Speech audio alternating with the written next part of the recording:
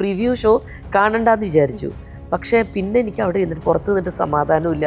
കാരണം പിറ്റേ ദിവസം ഫസ്റ്റ് ഷോ എല്ലാവരുടെ ഒപ്പം കാണാമെന്ന് വിചാരിച്ചത്. ഇല്ല, സ്പോട്ട് ഡബ്ബിംഗ് ആയിരുന്നു. സിംഗ് സൗണ്ട് ആയതുകൊണ്ട് ഡബ്ബിങ്ങിനും പോകണ്ട. ഇല്ലെങ്കിൽ ഡബ്ബിങ്ങിന് പോകുമ്പോഴെങ്കിലും എനിക്ക് അവിടെ റിവൈൻഡ് ചെയ്ത് ഇവർ ഈ സീനൊക്കെ കാണുമ്പോഴും ഞാൻ മാറിയിരിക്കും പേടിച്ച്. എനിക്ക് കാണാനുള്ള ധൈര്യമില്ല. ഞാനിങ്ങനെ പിള്ളേരൊക്കെ ഇങ്ങനെ കണ്ടുകൊണ്ടിരിക്കുന്നുണ്ട്. ചീതോനെ വിളിക്കും, ചേച്ചി വാതയെന്ന് പറഞ്ഞു. പക്ഷേ ഞാനിങ്ങനെ എനിക്ക് പോയിട്ട് ചെയ്തത് എന്താണെന്ന് കാണണമെന്ന് എനിക്കപ്പോൾ ഭയങ്കര പേടി. പിന്നെ ഇത്രയും വർഷങ്ങൾക്ക് ശേഷം ചെയ്യണു. എനിക്ക് ഭയങ്കര ടെൻഷനായിരുന്നു.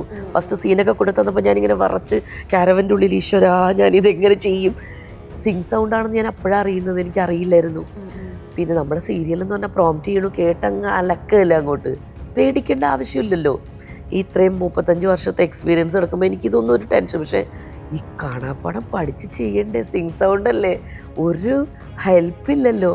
സീൻ കൊണ്ടുത്തപ്പോൾ ഫുള്ള് ഷംനാത്ത മാത്രം സംസാരിക്കണു, മറ്റുള്ള ഇതൊക്കെ മാത്രമേ ഉള്ളൂ നായികയ്ക്ക്. ഞാൻ ഭയങ്കര നെവ്സാ. അവർ വന്നു, ഗണപതിയും ചിദംബരമൊക്കെ കാരവനിൽ കയറി വന്നു. ഞാൻ പറഞ്ഞു, മോനെ എനിക്ക് ഭയങ്കര പേടിയാവും. എൻ്റെ പൊന്ന് ചേച്ചി ഒന്നും മിണ്ടാതിരിക്കും, ചേച്ചിക്ക് പേടിയോ എന്നൊക്കെ പറഞ്ഞ് എന്നെ കളിയാക്കിയിട്ടൊക്കെ പോയി. പക്ഷേ ഒരു ഫസ്റ്റ് ടേക്കിലൊക്കെ ഇത്തിരി ടെൻഷൻ ഉണ്ടായിരുന്നു. 1-2 ടേക്ക് കഴിഞ്ഞപ്പോൾ ഇത് മൊത്തം പഠിച്ച് ഒറ്റയടിക്കാണ് ചെയ്യണത്. എല്ലാ സീനും അതിൽ കണ്ട എല്ലാ സീനും ഒറ്റയടിക്കാണ് എല്ലാം പോയിരിക്കുന്നത്. അപ്പോൾ ഫസ്റ്റത്തെ ഒരു ഷോട്ടൊക്കെ കഴിഞ്ഞപ്പോൾ തന്നെ ഞാനൊന്ന് കംഫർട്ടായി. ഇത് സത്യത്തിൽ പ്രിവ്യൂ ഷോയിൽ ഞാൻ കാണുമ്പോൾ എനിക്കൊന്നും മനസ്സിലായില്ല. സത്യസന്ധമായിട്ട് പറഞ്ഞ കഥ പോലും എനിക്ക് മനസ്സിലായില്ല. ഞാനിങ്ങനെ വിറച്ചിട്ട് ഇങ്ങനെ എൻ്റെ കൂടെ ഉള്ളത്, എൻ്റെ കൂടെ അഭിനയിച്ച ആരൊക്കെയോ അവരൊക്കെ കൂടെ നിന്നിട്ടാണ് ഞാൻ കാണും. ഞാനിങ്ങനെ വിറച്ചിട്ട് ഇങ്ങനെ കണ്ടു. എനിക്കൊന്നും സത്യത്തിൽ ആളുകളുടെ റിയാക്ഷൻസാണ് ഞാൻ ശ്രദ്ധിക്കുന്നത്.